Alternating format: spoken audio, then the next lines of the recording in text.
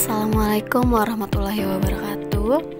Halo, perkenalkan saya Raus Riyadi Putri. Halo, perkenalkan nama saya Muhammad Zidan Febrizio. Halo, perkenalkan nama saya Yandri Pratama Muhammad Sefa. Di sini kelompok kami akan menjelaskan tentang asuransi pengangkutan atau Marine Cargo Insurance. Asuransi pengangkutan atau Marine Cargo Insurance adalah jenis asuransi yang melindungi barang yang diangkut melalui laut, udara, ataupun darat.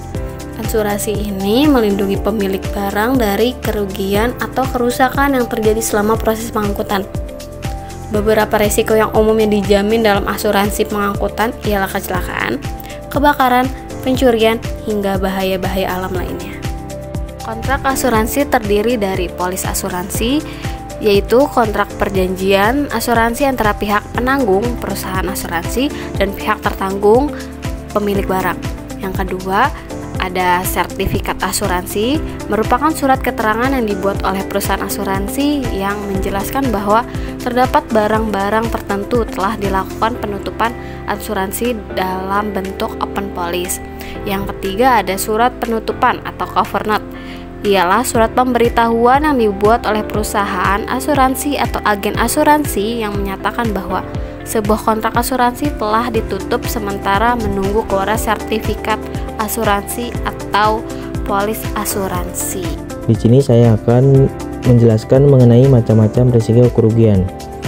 Yang pertama, ada risiko kerugian yang secara umum ditanggung perusahaan asuransi, seperti kerugian karena bencana alam, seperti bencana laut, kerugian akibat sifat muatan sendiri, dan kerugian karena pencurian di darat. Selanjutnya ada kerugian karena perbuatan manusia, seperti perubahan awak kapal dan perbuatan pihak ketiga.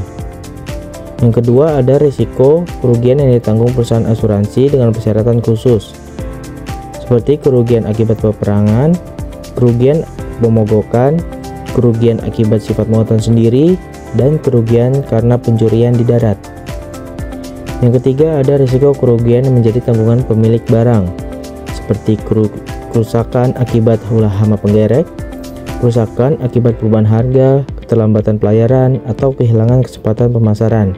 Dan yang terakhir, kerugian karena kelalaian. Selanjutnya, di sini ada jenis-jenis kerugian yang diderita kapal dan muatan. Yang pertama ada total loss. Total loss adalah suatu kerugian atau kerusakan. Dikatakan total loss apabila barang tersebut hancur total, tidak berbentuk sama sekali, musnah seluruhnya, atau kegunaan hilang sama sekali. Total loss terbagi menjadi dua. Yang pertama ada actual total loss, yaitu kapal muatan secara fisik lenyap semuanya atau muatannya sudah kehilangan seluruh nilainya. Selanjutnya ada constructive total loss.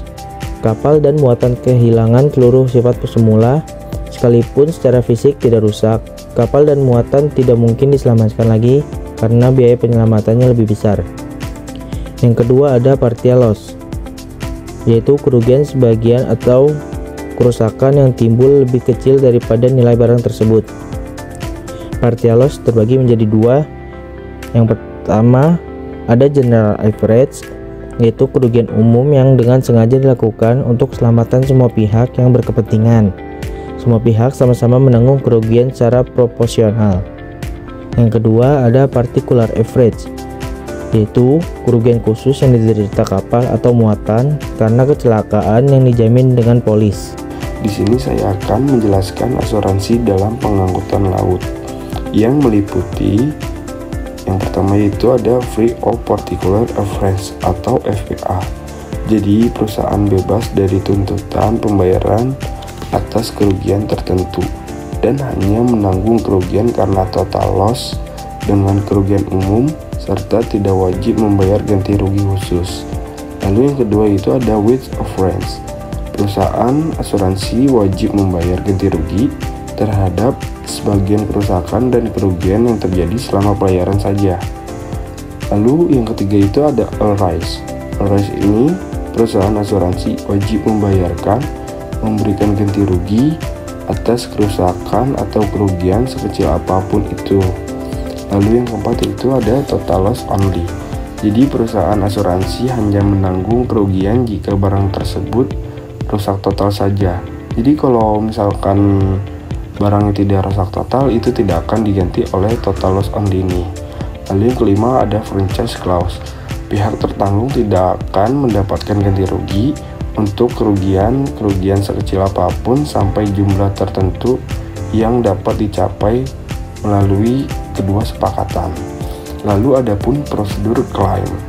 Prosedur klaim itu ada 3. Yang pertama itu tertanggung wajib memberitahukan segera kepada penanggung sesaat setelah diketahui ada kerugian atau kerusakan atas objek tertanggung. Lalu yang kedua itu tertanggung wajib mengambil langkah-langkah wajar untuk menyelamatkan, mencegah atau memperkecil kerugian di saat pelayaran. Lalu yang ketiga itu ada menjamin bahwa semua hak terhadap perusahaan pelayaran atau pihak ketiga telah dijalankan dengan sebaik-baiknya. Adapun dokumen pendukung untuk mengklaim. Yang pertama itu ada invoice. Invoice ini biasanya digunakan untuk mengklaim jika ada terjadi kendala selama pelayaran. Lalu yang kedua itu ada packing list. Lalu yang ketiga itu ada certificate of packing. Lalu yang keempat itu ada bill of lading atau BL. Yang kelima itu ada certificate of origin atau COO. Lalu yang keenam ada bukti kekurangan atau notice of shortage, certificate of non-delivery. Lalu yang ketujuh ada bukti kerusakan. Yang delapan yaitu laporan survei oleh Marine Independent Surveyor atau disingkat MIS. Lalu yang kesembilan itu ada laporan kebenaran pemeriksaan atau LPK. Lalu yang ke-10 itu ada Average Declaration dikeluarkan oleh nakoda atau shipping com. Lalu yang ke-11 ada pemberitahuan tabrakan kapal dari perusahaan pelayaran tersebut. Lalu yang ke-12 yaitu ada original police. Oke, baik, sampai di sini penjelasan dari kelompok kami tentang asuransi pengangkutan. Kurang lebihnya mohon maaf. Wassalamualaikum warahmatullahi wabarakatuh.